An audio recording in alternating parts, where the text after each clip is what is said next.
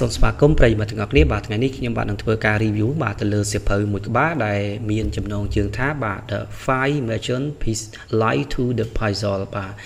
ដែលសៀវភៅនេះបាទគឺត្រូវបានបោះពុម្ពតាំងពីឆ្នាំ1991មកម្លេះបាទអញ្ចឹងនៅក្នុងសៀវភៅនេះគឺត្រូវបានបាទគេនិពន្ធឡើងដោយអ្នកគេថាទស្សនវិជ្ជាដែលតាក់ទងទៅនឹងការអភិវឌ្ឍមនុស្សបាទលោកជីមរ៉ូនបាទនៅក្នុងទស្សនវិជ្ជារបស់គាត់បាទនៅក្នុងអត្ថន័យនៃជីវិតរបស់មនុស្សយើងបាទគឺគាត់ផ្ដោតទៅលើ5ចំណុចបាទទី1គឺទស្សនវិជ្ជាបាទទី2គឺតាក់ទងទៅនឹងអត្តចរិតបាទទី3គឺតាក់ទងទៅនឹងសកម្មភាពបាទទី4តាក់ទងទៅនឹងលទ្ធផលបាទហើយចុងក្រោយគឺតាក់ទងទៅនឹងជីវិតបាទនៅក្នុងទស្សនវិជ្ជាទាំង5របស់គាត់បាទគឺគាត់បានលើកឡើងថាមនុស្សយើងបាទគឺត្រូវតែមានទស្សនវិជ្ជាហើយទស្សនវិជ្ជានោះវានឹងបាទជំរុញឲ្យយើង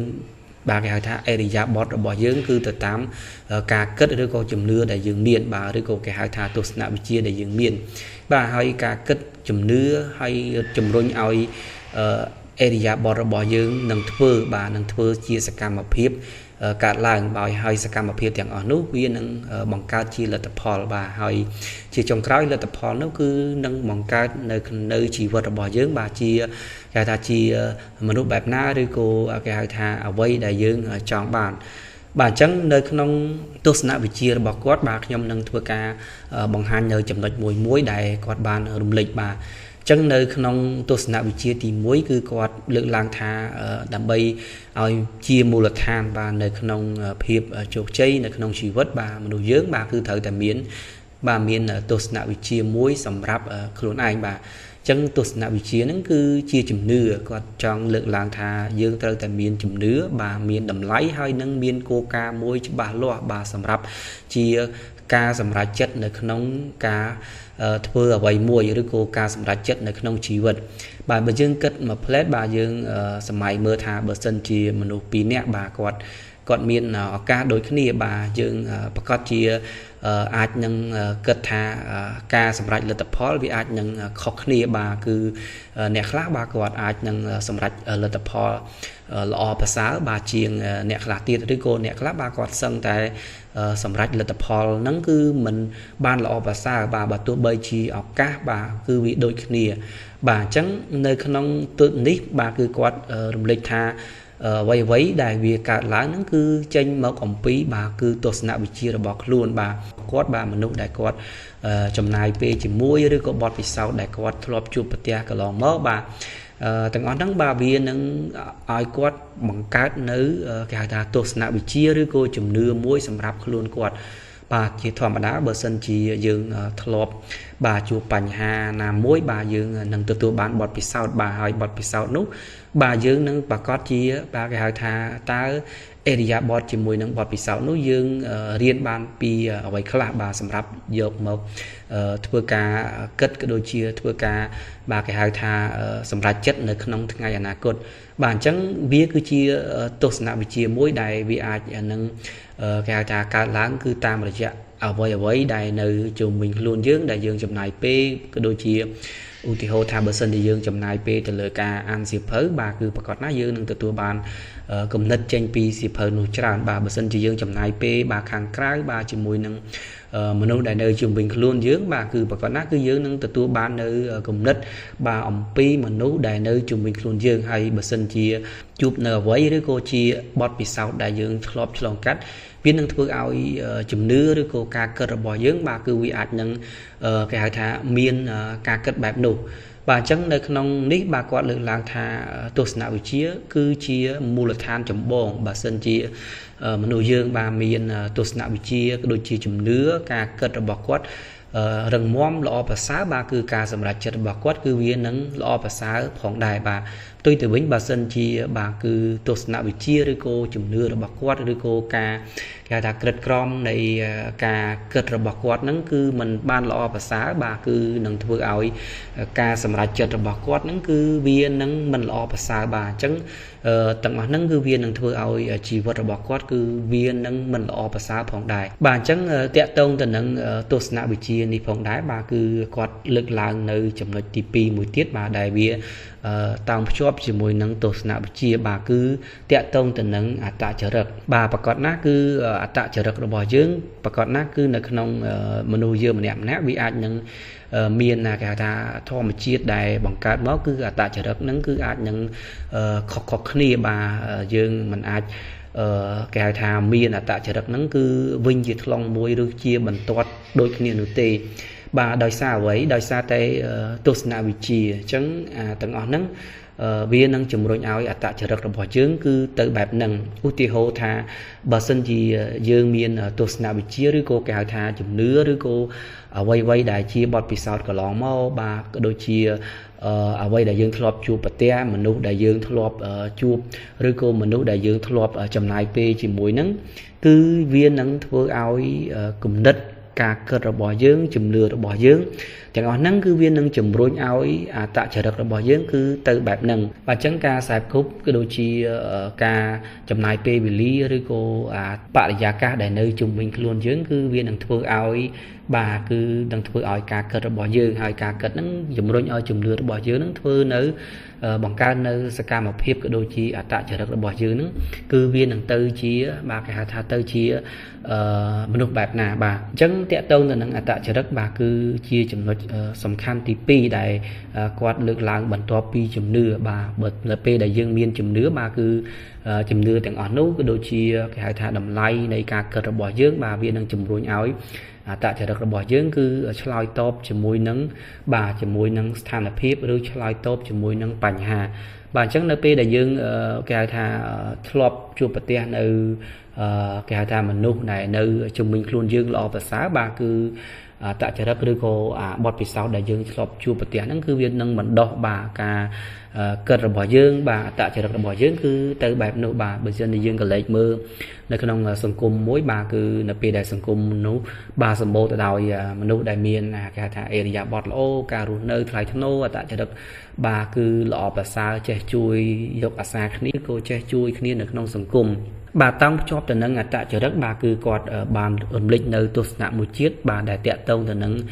សកម្មភាពបាទអញ្ចឹងយើងមានទី1បាទគឺតាក់ទងទៅនឹងទស្សនវិជ្ជាដែលយើងត្រូវតែមានបាទជំនឿខ្លួនឯងបាទតាមរយៈមនុស្សដែលនៅជុំវិញខ្លួនយើងដែលយើងខ្សែគប់ឬក៏បទពិសោធន៍ដែលយើងធ្លាប់ជួបកន្លងមកបាទការចំណាយពេល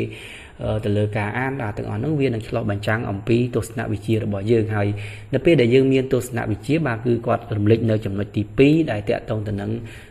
អត្តចរិតរបស់យើងបាទមនុស្សដែលមានជំនឿបាទនឹងធ្វើឲ្យអត្តចរិតរបស់គាត់បាទវាអាចនឹងទៅបែបផែនដែលគាត់មាននៅក្នុងការគិតឬក៏ក្នុងជំនឿរបស់គាត់បាទហើយវានឹងជំរុញនៅគេហៅថាសកម្មភាពបាទគឺជាចំណុចដែលគេទស្សនវិជ្ជាទី3ដែលលោកបានលើកឡើងថាកើតចេញអំពីបាទគឺតាមរយៈទស្សនវិជ្ជាខ្លួនឯងហើយវាជំរុញឲ្យបាទអត្តចរិតរបស់យើងបាទគឺប្រព្រឹត្តបែបនោះវានឹងចេញជាសកម្មភាពបាទអញ្ចឹងបើសិនជាយើងឃើញថាបាទគឺមនុស្សមួយចំនួនបាទដែលអាចថានៅជំនាញខ្លួនយើងបាទគឺអ្នកខ្លះបាទគឺគាត់បាទគេហៅថាគឺធ្វើសកម្មភាពហ្នឹងបាទដែលជាទម្លាប់របស់គាត់ហ្នឹងតិចតួចនោះទេបាទក្នុងមួយថ្ងៃហ្នឹងបាទគាត់ចំណាយពេលបាទធ្វើជាឧទាហរណ៍ដូចជាហាត់ប្រាណឬក៏ការអានឬក៏គេហៅថាចូលរួមសកម្មភាពនៅក្នុងសង្គមផ្សេងបើយើងមើលទៅបាទសកម្មភាពរបស់គាត់បាទគឺតិចតួចនោះទេបាទតែសកម្មភាពទាំងអស់នោះបាទវាមិនមែនកើតឡើងដោយឯងនោះទេគឺវាកើតឡើងតាមរយៈជំនឿបាទគឺទស្សនវិជ្ជាដែលគាត់មានខ្លួន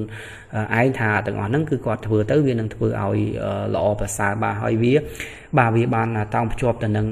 អត្តចរិតរបស់គាត់តាមរយៈជំនឿរបស់គាត់ហើយវាបានជំរុញនៅសកម្មភាពរបស់គាត់ឲ្យគាត់ធ្វើរឿងទាំងអស់នោះបាទអញ្ចឹងបើសិនជាយើងមានជំនឿមួយថាការសន្សំលុយបាទរយៈពេលវែងបាទតាមរយៈការដាក់លុយនៅក្នុងកងធនាគារបាទតិចតួចបាទក្នុងមួយខែឬក៏អាចនិយាយថា 50ឬក៏$20បាទគឺយើងជាទម្លាប់សកម្មភាពទាំងអស់នោះគឺតាមរយៈជំនឿរបស់យើងហើយផ្នត់គំនិតរបស់យើងគឺយើងគិតថាវាអាចនឹងធ្វើឲ្យយើងមានលុយកាន់តែច្រើនបាទក្នុងថ្ងៃអាចថាយូរអង្វែងបាទអាចថារយៈពេល4-15ឆ្នាំទៅមុខទៀត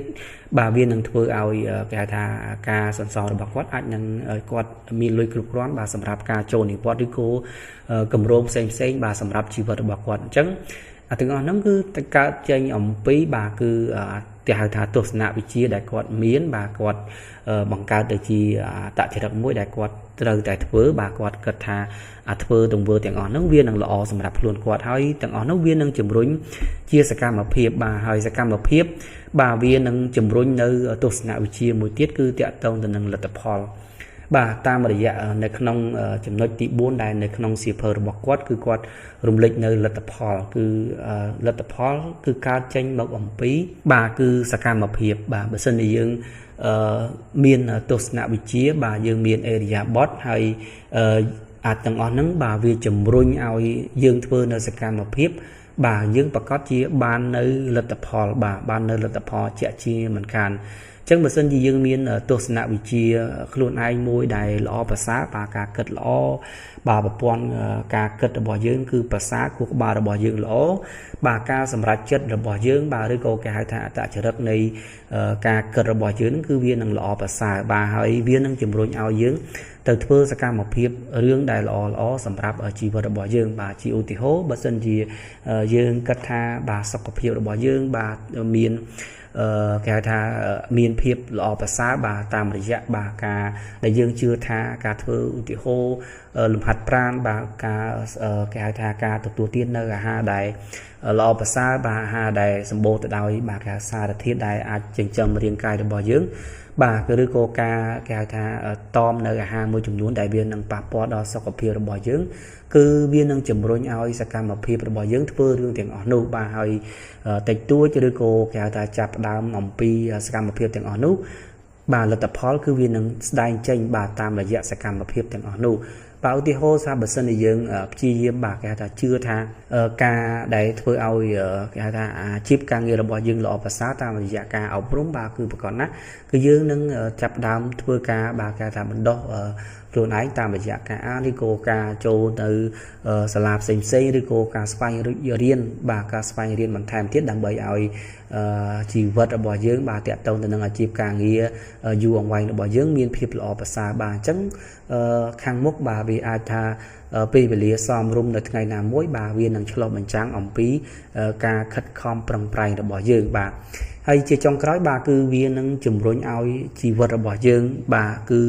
ទៅតាមអ្វីដែលយើងបានគ្រោងទុកបាទបើយើងមើលឲ្យមែនទែនបាទគឺតាមរយៈយើងមានទស្សនវិជ្ជាបាទទស្សនវិជ្ជាបាទជំនឿដែលវាជំរុញឲ្យ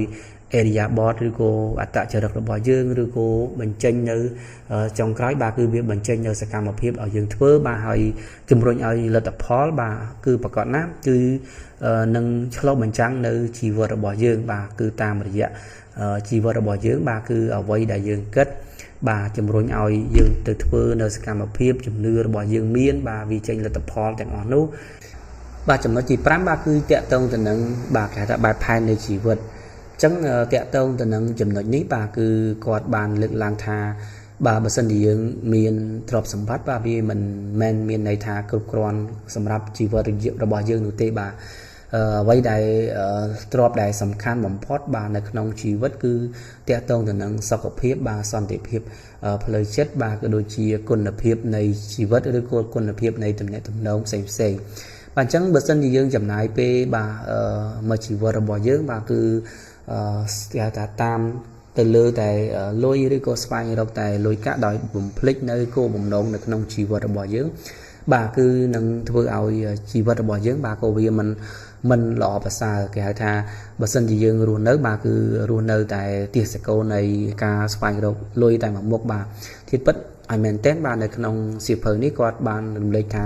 វាមិនត្រឹមតែជាការដែលមានលុយកាក់នោះទេបាទគឺប្រកបណាស់យើងមានលុយកាក់យើងអាចចំណាយទៅលើអ្វីដែលជាតម្រូវការនៅក្នុងជីវិតរបស់យើងបាទប៉ុន្តែអ្វីដែលมันអាចទិញបានក៏ដូចជាអ្វីដែលมันអាចធ្វើឲ្យជីវិតរបស់យើង គេហៅថាខ្វះបានគឺដូចជាសន្តិភាពផ្លូវចិត្តរបស់យើងសុខភាពរបស់យើងហើយនឹងមិត្តភាពដែលល្អប្រសើរបាទសម្រាប់អ្នកដែលរស់នៅក្នុងជុំវិញខ្លួនរបស់យើងបាទអញ្ចឹងនៅក្នុងសៀវភៅនេះផងដែរបើយើងសរុបឲ្យមែនតែនទៅបាទគឺគេហៅថារូបមន្តរបស់លោក Jim Rohn បាទគឺទី1គឺតាក់ទងទៅនឹងទស្សនវិជ្ជាដែលនឹងធ្វើឲ្យអត្តចរិតរបស់យើងបាទនឹងទៅជាមនុស្សប្រភេទណាបាទហើយអត្តចរិតរបស់យើងបាទវានឹងជំរុញនៅសកម្មភាពរបស់យើងហើយសកម្មភាពរបស់យើងវានឹងបង្កើននៅលទ្ធផលហើយលទ្ធផលនោះឯងគឺនឹងបង្កើតនៅបែបផែននៃជីវិតរបស់យើងបាទបើសិនបើយើងមានផ្ទុយទៅវិញបាទអញ្ចឹងនៅក្នុងនេះផងដែរបាទបើសិនជាយើងគិតផ្ទុយមកវិញថាបើសិនជាយើងមានជីវិតល្អប្រសើរគឺវាស្ដែងចេញអំពីលទ្ធផលនៃការខិតខំរបស់យើងហើយលទ្ធផលនៃការខិតខំរបស់យើងកើតឡើងលុះត្រាតែយើងទៅធ្វើសកម្មភាពបាទបើសិនជាយើងអត់ធ្វើសកម្មភាពក៏វាអត់កើតចេញជាលទ្ធផលនោះទេបាទហើយសកម្មភាពនោះបាទកើតឡើងគឺតាមរយៈបាទគឺអេរិយាបថរបស់យើងអត្តចរិតរបស់យើងបាទអត្តចរិតរបស់យើងជាមនុស្សបែបណាមនុស្សឧស្សាហ៍ព្យាយាមឬក៏អត្តចរិតរបស់យើងជាមនុស្សដែលរុញរាទៅនឹងបញ្ហាឬក៏អត្តចរិតរបស់យើងពេលដែលជួបបញ្ហាយើងគេហៅថាជាមនុស្សដែលមានការគិតវិជ្ជមានបាទបញ្ហាគឺជាឱកាសបាទហើយអត្តចរិតនេះផងដែរគឺវាកើតចេញមកអំពីទស្សនវិជ្ជាមានន័យថាយើងត្រូវតែមានជំនឿបាទជំនឿខ្លួនឯងបាទជំនឿនៅអ្វីដែលយើងគិតថាជាជំនឿមួយដែលវានាំឲ្យជីវិតរបស់យើងល្អប្រសើរបាទអញ្ចឹងសម្រាប់បងប្អូនបើសិនជាបងប្អូនបាទត្រូវការសៀវភៅនេះបងប្អូនអាចចូលទៅតាមរយៈ link ខាងក្រោមនៅក្នុង YouTube របស់ខ្ញុំបាទថាធ្វើការ download បាទបងប្អូនអាចយកទៅអានបានបាទហើយអ្វីៗដែលវាធ្វើឲ្យជីវិតរបស់យើងប្រសើរគឺតាមរយៈការអានការស្ដាប់បាទហើយនឹងការសិក្សាស្វែងយល់បន្ថែមទៀតបាទហើយនៅក្នុងសៀវភៅនេះបាទខ្ញុំឃើញថាល្អមែនទែនបាទអញ្ចឹងយើងអាចឆ្លុះបញ្ចាំងថានៅក្នុងទស្សនវិជ្ជារបស់យើងថាតើយើងមានជំនឿបែបណានៅក្នុងជីវិតរបស់យើងបាទហើយយើងអាចឆ្លុះបញ្ចាំងអំពីអត្តចរិតរបស់យើងកន្លងមកបាទយើងជាមនុស្សបែបណាហើយលទ្ធផលដែលយើងធ្វើកន្លងមកបាទវាយ៉ាងម៉េចដែរហើយចុងក្រោយទាំងអស់ហ្នឹងបាទវានាំឲ្យជីវិតរបស់យើងការរស់នៅរបស់យើងវាយ៉ាងម៉េចផងដែរបាទអញ្ចឹងបើសិនជាបងប្អូនមានការ comment បន្ថែមបាទទៅលើវីដេអូនេះបាទសូម comment បាទដើម្បីជាការផ្ដល់នៅមតិយោបល់ដើម្បីឲ្យជាការមួយដែលខ្ញុំអាចទទួលបាននៅចំណេះដឹងបន្ថែមទៀតពីអ្វីដែលបងប្អូនបាទគេហៅថា comment ជួយដើម្បីជាទស្សនវិជ្ជាសម្រាប់ខ្ញុំផងដែរ